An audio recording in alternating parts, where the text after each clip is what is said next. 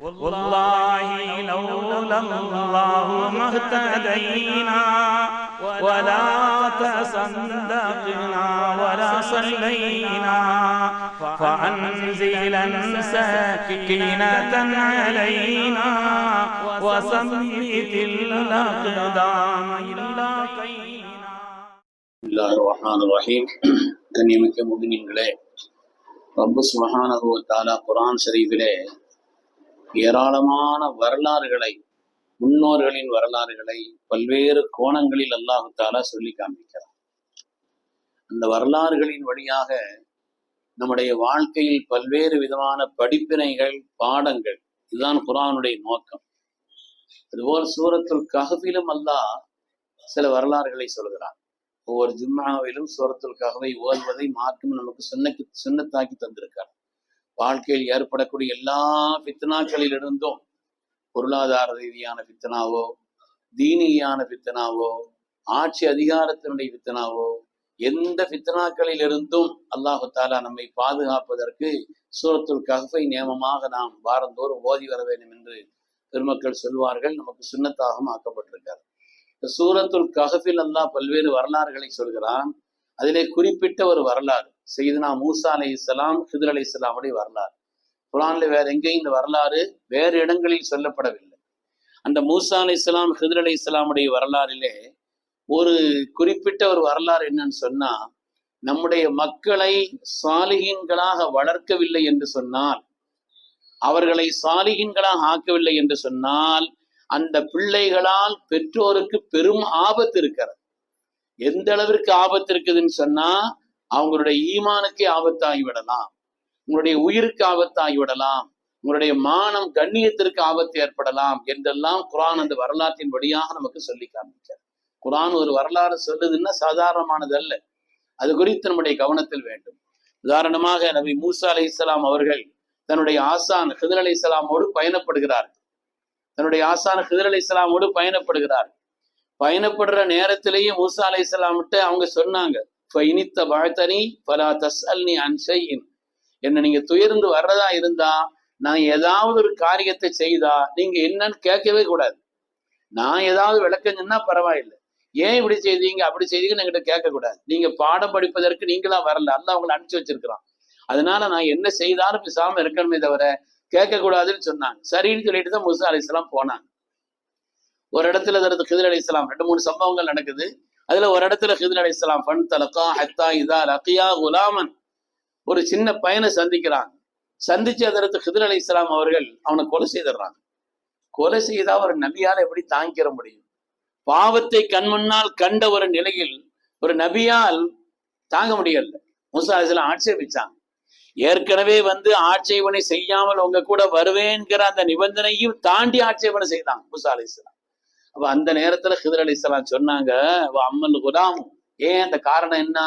அம்மல் குலாமு ஃபகான அபவாஹு முஃமினைனி, ஏன்னு சொன்னா அந்த பையன், அந்த பெற்றோர்கள் 2 பேரும் சாலிஹான மனிதர்கள்.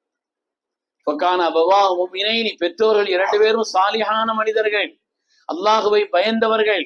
ஆனால் இவன் வளர்ந்து வந்தால் அந்த பெற்றோருடைய ஈமானுக்கு ஆபத்து, அவங்களை அழிச்சாட்டியத்திலும் குஃப்ரிலும் அவன் ஆக்கி விடுவான் என்று ஒரு செய்தியை.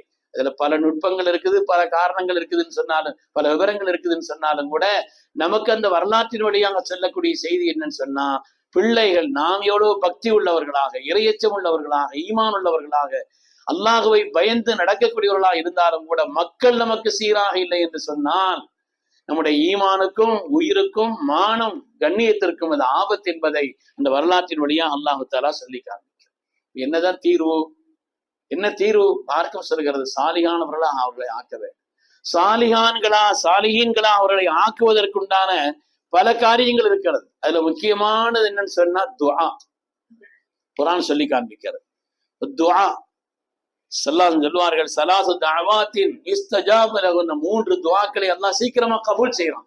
அல்லாஹ் சீக்கிரம் மறுக்க மாட்டான்.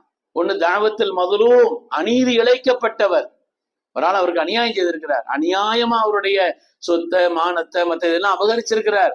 அவருக்கு ஒன்னும் பலகீனத்தினால ஒன்னும் செய்ய முடியல, ரப்பிட்ட கையேத்துறார். அல்லாஹ் அந்த துஆவுக்கு மறுப்பு வைக்க மாட்டான், சீக்கிரமா கொடுத்துருவான்னு சொன்னாங்க. தாவத்துல் மதுலூம், அநீதி இழைக்கப்பட்டவர்.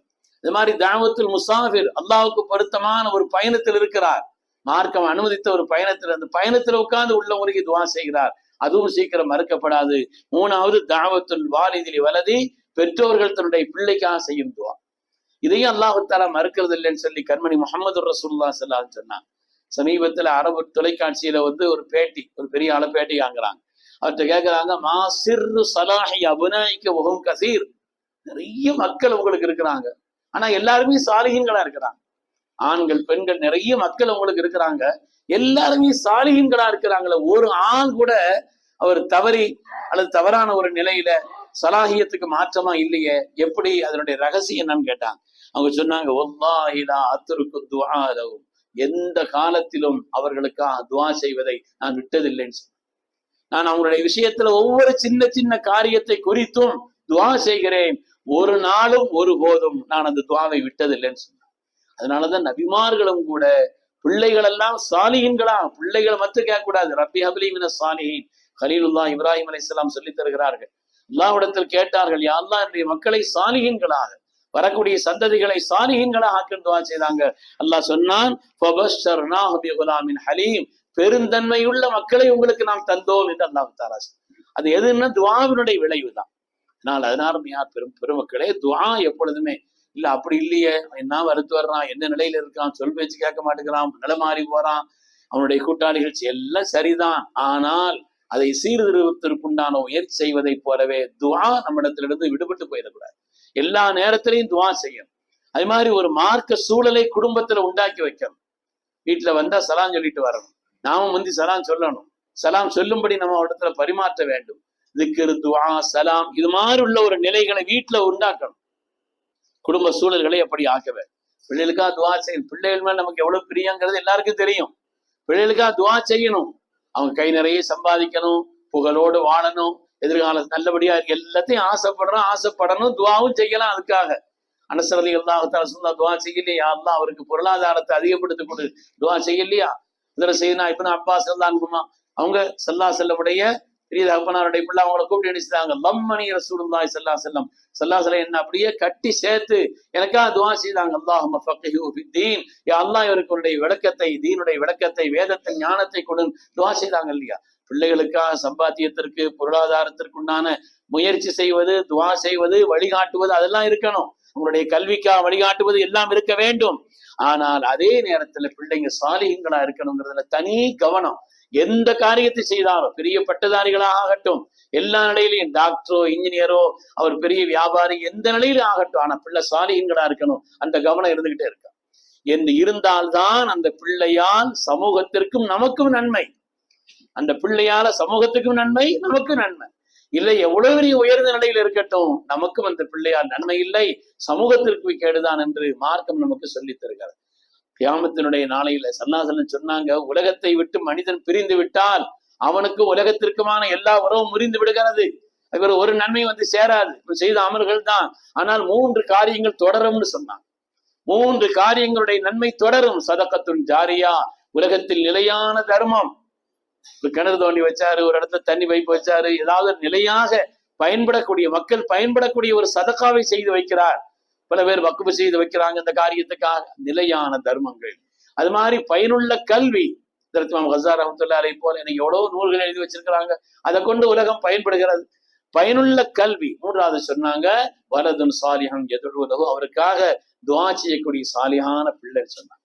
சாலிஹான், அந்த சாலிஹான பிள்ளைகளாக இருந்தால் அவருக்கு நன்மை, உலகத்தை விட்டு முறிந்து போய்விடாது, அவர் செய்த அமல்கள் தொடர்ந்து கொண்டே இருக்கும் சொன்னாங்க.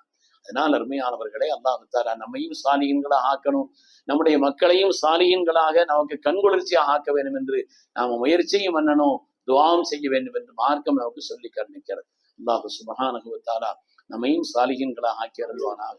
நம்முடைய மக்கள், சந்ததிகள், குடும்பங்கள், நண்பர்கள், தொடர்புள்ளவர்கள் எல்லோருடைய மக்களையும் அல்லாஹ் சாலிஹீன்களாக, சாலிஹத்தானவர்களாக அந்த ஆக்கி அருள் புரிவானாக. ஆமீன் ஆமீன் யா ரப்பல் ஆலமீன். வ ஆகிரு தஅவானா அனில் ஹம்துலில்லாஹி ரப்பில் ஆலமீன்.